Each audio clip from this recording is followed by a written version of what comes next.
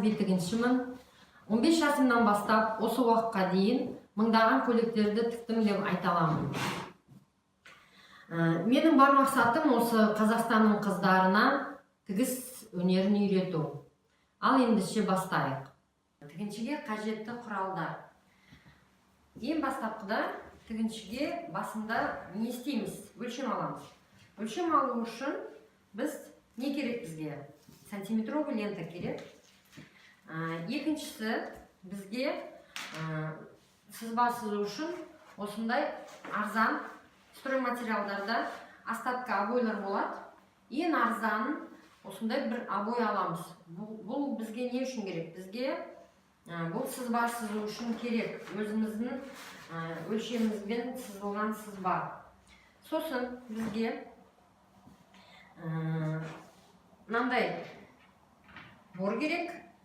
Әйтпесе бұрын біз әже заманымызда, алғашқыда өзіміз үйренгенімізде ондай бор болмаған. Біз сабынын кептіріп, сол сабын матаға сабынмен сызатымыз, кепкен сабынмен. Қазір дамыған заман осындай борлар бар. Одан кейін бізге не керек? Мынандай түйрегіштер керек. Тігіншілердің түйрегіштері осындай қажетті бізге. Сосын жұмыс барысында көретін боласыздар. Одан кейін бізге конспект жазу үшін дәптер керек, ручка керек, қалам керек. Сосын сызғыш керек бізге, сызбаны сызу үшін. Одан кейін бізге не қажет? Осындай түрлі түсті қағаз қажет бізге. Одан кейін осындай кішкентай клей, қайшы, ондай қайшы қажет бізге. Одан кейін бізге не қажет болады? Тігетін машина, ине жіп, утюг керек болады. Тіккен заттарымызды үтіктейміз. Сол енді дәптерді алып, ручкамызды алып, жазып аламыз. Тігіншінің 10 қателіктері, бастапқы тігіншінің 10 қателіктері. Ал жазып аламыз. Бірінші қателік ол асығу. Өлшем алғанда да, пішкенде де, тіккенде де, сызбаны сызғанда да асықпау керек. Асықсаңыздар, қате болса, оны жөндей алмайсыздар, матаны құртып аласыздар. Сосын өлшем алмай, сызбаны сызу бұл да қателікке жатады, құртып аласыздар.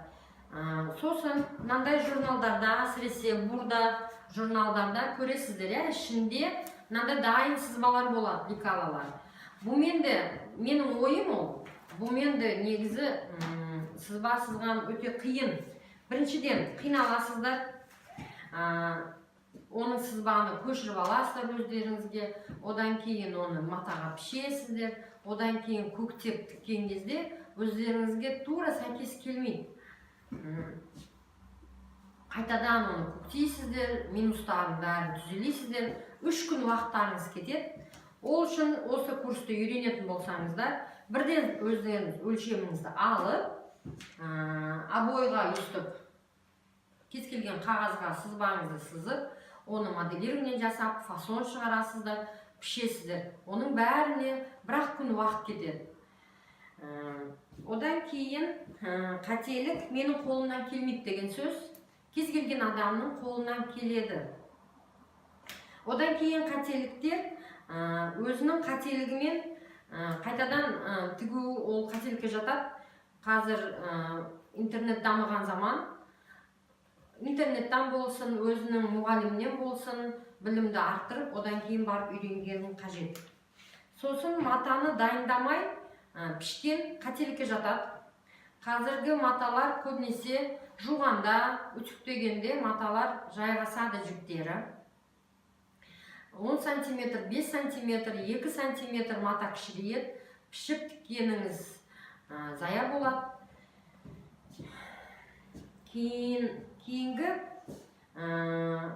Кейінгі қателігіміз осылай да бола береді деген.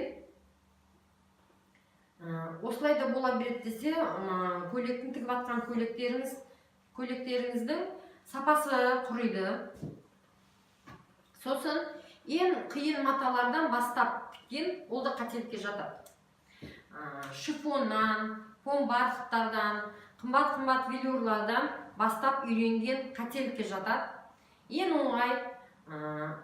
оңай маталардан шып болса да, штапель болса да, шып болса да, сол кәдімгідей маталардан үйреніп бастаған негізі дұрыс. Сосын машинамызды дайындамай, майламай, мынадай өзінің машинаның майы болады. Сол машинамен майлап, дайындап, одан кейін барып тігеміз, иә? Сосын 10-шы қателік, киімдерді шала тастап тікпей қойған қателікке жатады. Біріншіден ол обал болады, екіншіден ол әр жерде жатады, сол бойы киілмей қап қояды. Енді өлшем алудан бастаймыз. Өлшем алуды үйренеміз. Бізде Жанел деген қыз бар, біздің көмекшіміз. Жанел, келесіз ба? Сізді өлшеуді, ал енді өлшем алуды бастаймыз. Ең алғашқыда өлшем алмай жатып, белді өлшейтін адамымыздың белін байлап аламыз. Жіп болсын, резинка болсын, осындай нәрсемен белін байлап аламыз да, белдің ең жіңішке жерлеріне қойып аламыз. Мен орысша оқыған, сондықтан менің терминдарым бәрі орысша, бірақ сіздерге қазақша түсіндіретін боламын. Ең бірінші өлшем көкіректің айналасы, көкіректің ең жоғары нүктелерімен өлшенеді. Ішіне байқаңыздар, бір саусақты қойып аламыз. Метрді қыспаймыз, бос жібермейміз. Метр қалай жатады, солай өлшеп аламыз. Мұны 90 сантиметр. Былай жазамыз.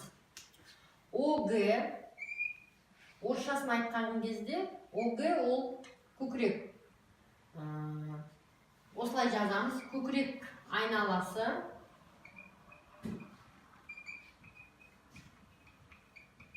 Ешкім тексермейді дәптерлеріңізді. Өздеріңізде жақшада түсіндіріп жазасыздар. ОГ 90. Айналымдағы өлшемдер 1-ден 2-ге бөлініп алады. 45 деп жазамыз. Неге деген сұрақ туындайды сіздерге. Ол біз сызбаны сызған кезде көкіректің ортасынан омыртқаға дейін өлшеп аламыз. Мына омыртқаға дейін. Осы сызбаны біз қағазға сызып алатын боламыз. Сызбаға. Матаға қойып атқан кезде өздеріңіз түсініп аласыздар. Неге бүкіл денені қоймайды? Неге оның жартысын ғана қояды? Матаның бүтелген жеріне қойған кезде өзі екеу болып шығады. Сол үшін алдын жартысын пішеміз, пішпейміз, алдын жартысын сызамыз, арқасында жартысын сызып аламыз. Ендігі өлшеміміз белдің айналасы. Белдің ең жіңішке жермен өлшеп аламыз. Осы белді қыспаймыз метрмен, бос тастамаймыз. Метр қалай жатады? Ішіне бір саусақ қойып қоямыз. Осылай өлшеп аламыз. Былай. Міне 74 сантиметр. Көреміз, де? Бұны былай жазатын боламыз. ОТ. Т деген белдің айналасы. Талия орысшасына бел айналасы деп жазамыз. 74 сантиметр. Айналымдағы өлшем болған үшін 2-ге бөлінеді, 37 сантиметр болады.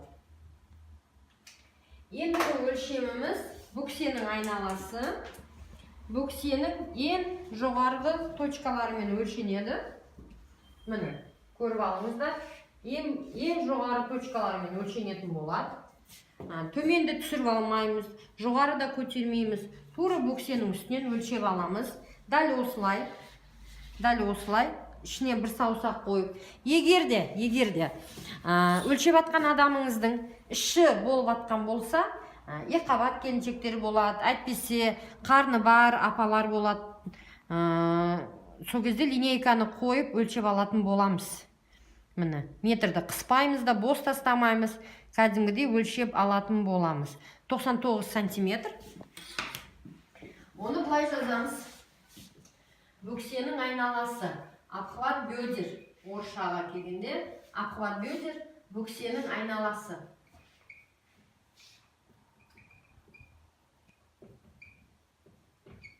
Бұяқта 99. Бірден 2-ге бөліп аламыз. 49 жарым болады. Ендігі өлшем, айналымдағы өлшемдерді өлшеп алдық. Ендігі өлшем бізге көкіректің ұзындығы. Көкіректің ұзындығы, мына жерде өздеріңізге стап байқасаңыздар, мойынның басталған жерінде, мына жерде кішкене бір ойма бар. Мына жерде кішкене бір мынандай. Сол жерден бастап өлшейміз. Көкіректің ұшына дейін, міне 24 сантиметр. Міне, осылай өлшеп алатын боламыз. Мына жерден, мойын басталған жерден, көкіректің ұшына дейін өлшенеді. 24 сантиметр. Ол былай жазылады. ВГ деп жазылады. Высота груди орысшадан. Көкіректің ұзындығы. 24 сантиметр. Ұзыннан өлшенетін өлшемдер 2-ге бөлінбейді. Сосын бізге центр груди дейді орысшасында. Екі көкіректің ортасы, міне, 16 сантиметр. Тура көкіректің ұшымен өлшенеді. Міне, 16 сантиметр. Осылай өлшеп аламыз. СГ дейді оны. Екі көкіректің арасы.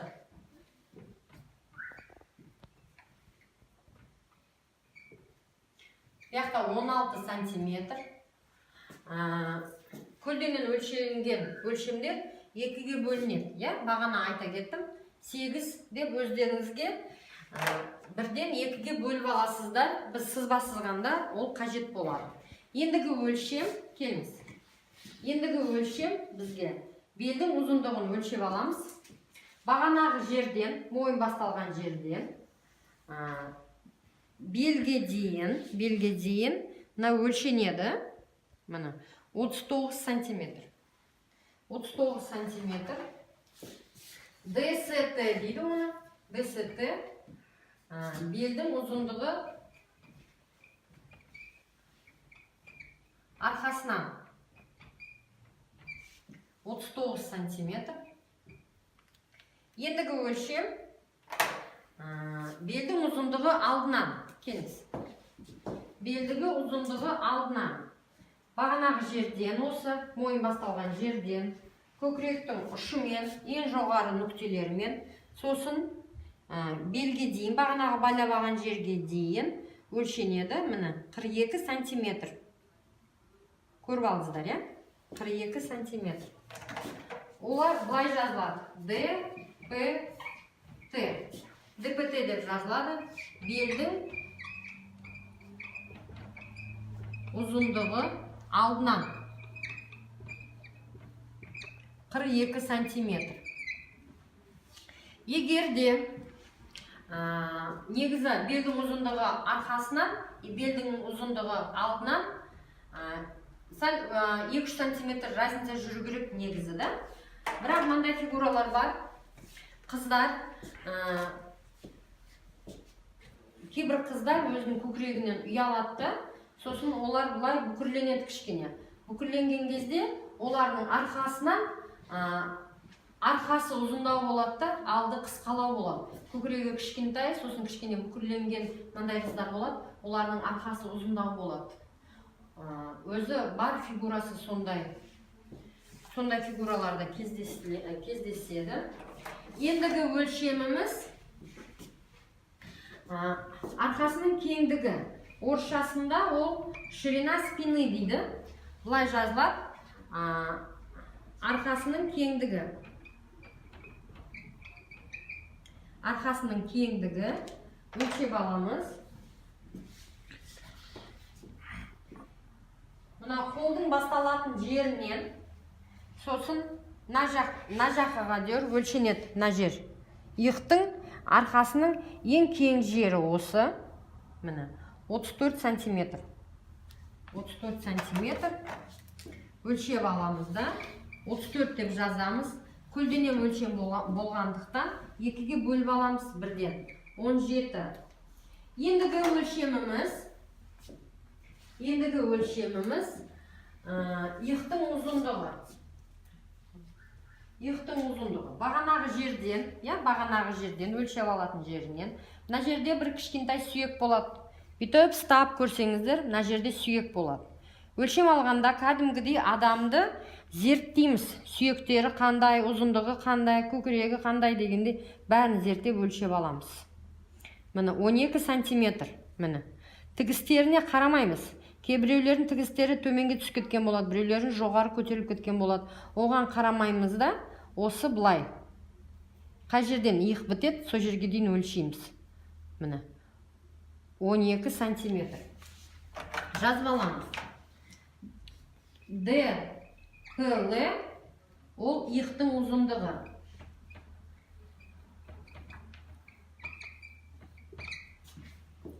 Он 12 сантиметр. Ендігі өлшеміміз қолымызды өлшейміз. Қолымыздың ұзындығы. Бағанағы мына жердегі сүйектен бастап, осы жерден қолымызды көріп аламыз. Қол қай жерден басталады? Бүйтіп қойып көріп аламыз, тексеріп. Осы жерден бастап, мына шынтақпен әкеліп, сосын алақан басталған жерге дейін өлшеп аламыз. Міне. 60 сантиметр. Ол бұлай жазамыз оны. Жеңнің ұзындығы, длина рукава дейді, оның орысша. Бұл терминдар не үшін керек? Сызбаны сызғанда осы терминдарды жаттап аласыздар. Сызбаны сызбатқан кезде осы терминдармен сызатын боламыз. Длина рукава, жеңнің ұзындығы деп жазамыз өзімізге. Жеңнің ұзындығы 60 сантиметр. Ендігі өлшеміміз қолдың айналасы. Қолдың ең жоғарғы жерінен, байқайсыздар, қолдың ең жоғары жері. Мына жер шынтақ жағы кішірек, одан кейін білек жағы, одан да жіңішке болады. Осы жердің бәрін өлшеп алатын боламыз.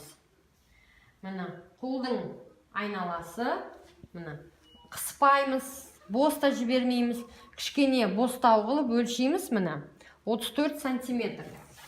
Бұл өлшемді 2-ге бөлмейміз. Қолдың айналасы. Обхват руки дейді оны орысшада. Обхват руки, қолдың айналасы. 34 сантиметр. Ендігі өлшеміміз шынтақтың айналасы. Қолымызды кішкене бүктеп аламыз. Не үшін? Шынтағымыз шығады. Егер де бұлай өлшейтін болсақ, көйлегімізді осылай тігіп аламыз. Кейіннен бұлай қолымызды істетеміз ғой, көйлегімізді киген кезде. Осы жер қысып тұратын болады, жең тар болады. Сондықтан, ондай қателіктер жасамау үшін шынтағымызды кішкене бүктеп барып өлшейміз. Міне, 29 сантиметр. Оны бұлай жазылады. ОР2 қолдың айналасы, шынтағынан деп жазсаңдар да болады. Шынтағынан 29 сантиметр. Ендігі өлшеміміз білектің айналасы. Бұл мынандай жері өлшенеді. Ең жіңішке жері. Бірақ оны өлшеген кезде, манжет пішер кезде осындай қылып өлшенеді негізі да. Көбінесе мына жағынан өлшенеді. Егер де бұлай өлшейтін болсаңыздар, ол қолыңыз арғарай симай қалады. Қолыңыз симай қалады, шеше алмай да қаласыздар. Сондықтан кішкене бұлай алақанды айналдырып, кішкене бұлай түсіріп аласыздар. Осы жерден өлшенетін болады, мына жерлерден. Қолыңызды бүйтіңіз қолыңызды. Беймарал кіріп шығатындай болу керек. Осы есеппен өлшеп алатын боласыздар. 22 сантиметр. ОЗ дейді, обхват запястья орысшада. Білектің айналасы. 22 сантиметр. Ендігі бізге керекті өлшем бүксенің ұзындығы. Артқа қараңыз. Бүксенің ұзындығын қалай өлшеп аламыз? Бағанағы жерден, мына белден бүксенің ұшына дейін өлшенетін өлшем, мына бізде 23 сантиметр. Бүксенің ең жоғарғы нүктесіне дейін, міне 23 сантиметр. Өлшеп аламыз. Сосын бұлай жазамыз. Бүксенің ұзындығы немесе высота В бедер бұлай жазылады. Бүксенің ұзындығы 23 сантиметр. Бұл өлшем ертең сызба сызғанда бізге өте қажет. Осы өлшеміміздің бәрін өлшеп алдық. Енді юбка сызуды бастайық. Енді 4-ші қадам. Осы ТТ1-ді 2-ге бөліп аламыз. Бағанаға ТТ2 тең ТТ1 2-ге бөлеміз деген сөз. Бағанаға 57 сантиметрді 2-ге бөліп алатын боламыз. Бұлай өлшеп аламыз. Осыны 2-ге бөліп аламыз. Мынандай крестик деген қоямыз. Крестик деген не ол? Крестик деген ол белгі осы жерде 2-ге бөлінеді деген сөз. Кейде бір сызбаларда мынандай белгілер бар. Мынандай белгілер бар. Ол дегеніміз тепе-тең 3-ге бөлінеді деген сөз. Кейбір сызбаларымызда осындай нәрсе 3-е тұрады. 1, 2, 3. Оның бәрі тепе-тең 4-ге бөлінеді деген ол сондай термин. Оны біліп алатын болыңыздар. Келешекте Инстаграмда, интернетте, Гуглда, Ютубта болсын, көргеніңізде біліп алатын боласыздар. Осы термин. Енді 5-ші қадам. Осы X-тан T2 деп қоямыз бұның атын. T2. Осы T2-ден солға қарай жазамыз. Солға 1 сантиметр. Міне. Солға қарай 1 сантиметр өлшеп аламыз да, осы нүктені қоямыз. Нүктенің аты Т3 или 1 деп қойсаңыздар да болады. Осындай сызбаларда санды көретін болсаңыздар, ол әр санның өзінің белгісі бар. 1 десе 1 сантиметр, 5 десеңіз 5 сантиметр. Өзі мағыналары сондай. Төменге қарай перпендикуляр түсіреміз. Мына жерден B2 деген әріп қоямыз. Мына жерден N2 деген әріп қоямыз. Ендігі қадамымыз B2-ден 6-ші қадам дейді оны. 6-ші қадам B2-ден жоғарыға қарай 5-6 сантиметр. Бұрын мен оқыған кезде бұның бәрі есеп, формула еді. Енді мен 20 жыл тәжірибеме сүйеніп сіздерге осы есептерді беріп жатырмын. Формуламен есептегенде 1, 1-2, 5-6 сондай есептер шығады. Бірақ бәрібір сіздер примерка жасайтын боласыздар. Артықтары бәрібір алынады. Неге десеңіз, әр фигура өзі индивидуальны да. Мен сіздерге оңай ғана тез үйреніп кететін тәсілді үйретіп жатырмын. Осы B2-ден жоғарыға қарай 5-6 сантиметр. Осы 5-6 сантиметр, 5-6 деп жазып қоямыз. 5-6. Енді 1 деген санымыздан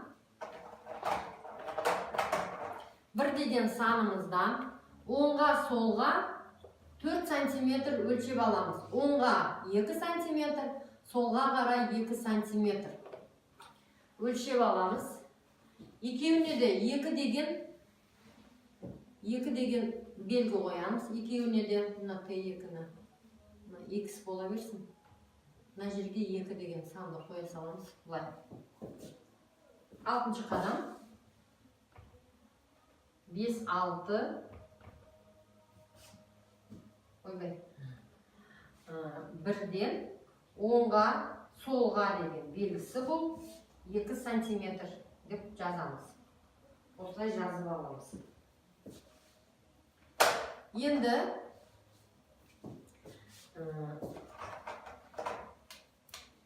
5-6 мен 2-ні қосып алатын боламыз. Міне 5-6, сосын мына жерден де. Міне. Енді юбкамыздың кішкене белі пайда болып жатыр, байқадыңыздар. Енді 2-ден жоғарыға қарай 1 сантиметр жоғары көтерілеміз.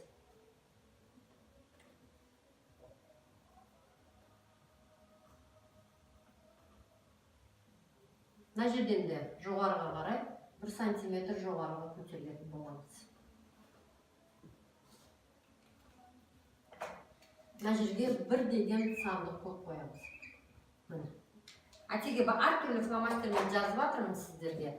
Сіздер жақсы түсініп алу үшін. Енді 1 саны мен Т-ні қосып алатын боламыз.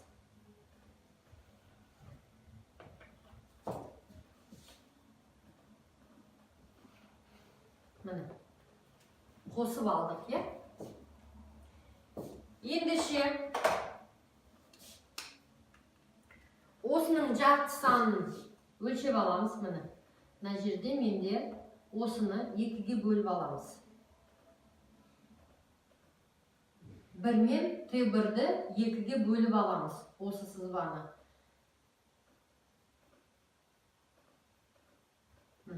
Осында белгі қоямыз, X. Мына жерде де осында 2-ге бөліп аламыз. Сіздер өздеріңіз өлшеміңізбен өлшеп алатын боласыздар. Бірден дәптерге сызып аласыздар ма, кейіннен бұл конспект өздеріңізге есіңізге қалып қояды. Кейіннен осыны өзіңіздің өлшеміңізбен сызып алатын боласыздар обойға. Газетке сызуды ұсынбас едім. Неге десеңіз, газетте неше түрлі әріптер бар, неше түрлі суреттер бар. Оған сіздер жаңылсасыздар, ақ қағазға сызатын болсаңыздар, ештеңкеге мән бермей сызып, жақсылап үйреніп алатын боласыздар. Енді осы жерден, мына 2x жерден төменге қарай перпендикуляр сызып аламыз. Перпендикуляр болғанда кішкене жанына қарай, мына біздің жанымыздың болады, сызбамыздың, юбкамыздың жаны деп жазып қоямыз. Мына жерін арқасы деп жазып қоямыз. Бұл арқасы юбканың. Бұл алды өзіміздің сызбамызға жазып алатын боламыз. Енді осы перпендикулярды түсіреміз да, кішкене жанына қарай сәл былай шалқайтамыз. Неге? Мына сызбаға, мына кішкене параллель болу керек та. Сонда вытычкаларыңыз әдемі көрінеді, сүйкімді көрінеді. Мына жаққа да солай. Сәл параллель болу керек. Перпендикуляр дегенде перпендикуляр емес, 0,5 жаныңызға келтіресіз былай. Сонда юбкаңыз әдемі тұратын болады. Ендігі қадам, бұны V деп жазамыз. Вытычка дейді орысшасына. V1. Бұл бізге не үшін қажет? Вытычкалар. Юбкамызды біз қазір осы сызбаны бөксемен өлшеп жатырмыз, ОБ деген есеппен. Осы есеппен өлшеп жатырмыз. Осы есеппен бөксемен өлшеп жатырмыз. Жоғарыға қарай көтерілген кезде бөксемен белдің ортадан көрсеңіздер, өздеріңізді өлшеп алыңыздар, көрсеңіздер разница жүреді. Бел жіңішкелеу ғой бөксеге қарағанда. Сол үшін белге әдемі қону үшін осы вытычкаларды қоятын боламыз. Енді осыны біліп алыңыздар. 5-6 деп мына жерге қойдық, я? Енді арқасына 7-8 сантиметр өлшеп аламыз. Алдыға қарай 8-10 сантиметр өлшеп алатын боламыз. 8 бен 10 сантиметрдің аралығында. Осы 8-10 деп жазамыз, мына жерге 7-8 деп жазатын боламыз. Неге десеңіздер, бұл линиямыз біздің бөксенің ұшы. Бөксеге дейін вытычка болмайды. сүйкімсіз көрінеді юбка. Сондықтан кішкене жоғарыға көтеріліп, бөксеге біраз орын беріп, содан кейін барып сызылатын болады. Ал юбканың алды мен арқасына қараған кезде алдының вытычкасы сәл қысқалау болу керек. Кейіннен бәрібір пішкен кезде примерка жасайсыздар, артықтары алынады. Элитный ательенің өзінде әр индивидуальный фигураға артықтары алынатын болады. Енді бізге жетінші қадам. Бізге не қажет? Қанша, артығы қанша екен білуіміз керек біз, иә? Ол есебі бар, формуласы бар. ОБ дегеніміздің бөксенің айналасы плюс 1 сантиметр свободаға берілетін. Одан кейін содан аламыз ОТ белдің айналасы плюс 1 сантиметр. Осы формуланы біліп алсаңыздар, кез келген юбканы оңай ғана қиналмай тігіп алатын боласыздар.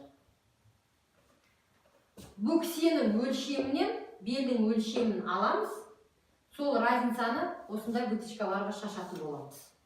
Кез келген юбка, сізге өзім юбкаларды примеркасыз тігемін. Осы лекалам әдемі жатады. Мен өзім тәжірибемен сүйеніп сіздерге айтып атқан болатынмын. Менің өлшемім ОБ 56-57 сантиметр минус ОТ міне 46 сантиметр. 46-ға 1-ді қосқан кезде 47 болады. 47 сантиметр. Менің разницам 10 сантиметр. Бел мен бөксенің разницасы 10 сантиметр. Бағанағы біз өлшеп алған 2 сантиметр бар ғой, оны уже алдық. Сол есептен мына 10-нан 4-ті алып тастаған кезде 6 қалады. 6 қалады да, 6. Осы 6 сантиметрді алдымен арқасына шашып тастауымыз керек. Арқасына көбірек шашамыз, алдына аздау шашамыз. 6-дан мына жерге арқасына 4 сантиметр беретін боламыз. Арқасын алдына 2 сантиметр беретін боламыз. Міне. Осы формуланы біліп алатын болсаңыздар, біз басында оның бәрін формуламен кәдімгідей ОТ 10-нан 1 бөлігі деп сөйтіп есептегенбіз кезінде. Бір юбканың сызбасын 3 сабақта, 4 сабақта зорға дегенде меңгергенбіз да. Бұны сіздерге оңай ғана логически дейді. Оңай ғана сіздерге беріп жатырмын. Осы мына 4 сантиметрді арқасына өлшеп аламыз. 4 сантиметр, мына жерге 4 деп жазамыз. Мына жаққа 4, мына жаққа 4 емес. Общий 4 сантиметр. Оңға солға 2 сантиметрден общий 4 сантиметр береміз. Енді мына точкалармен қосып аламыз. Осы точкалармен қосып аламыз. Енді алдына қарай 2 сантиметр, я бізде? 2 сантиметрді осылай 2 деп жазып аламыз. Бір-бірден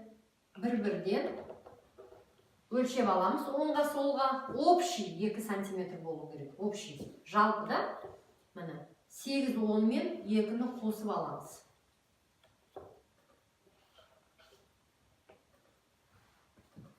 Ал міне біздің юбканың сызбасы дайын болды. Осы сызбадан сіз кез келген прямой юбка тігіп ала аласыздар. Ал енді 7 қадаммен осы юбканың сызбасын сызып алдық. Осы сызбадан кез келген юбка, прямой юбка тігіп алуға болады. Енді үй тапсырмасы осындай обойларыңызға,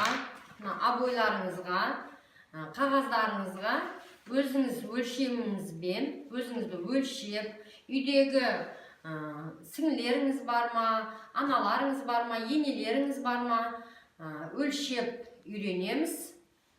Сосын сызбаны сызып үйренеміз, қағазға түсіруді үйренеміз. Үй тапсырмасы сол сіздерге. Сосын маған видео жібересіздер. немесе фото жібересіздер сызғандарыңыз. Мен сіздердің қателіктеріңізді тексеріп алатын боламын.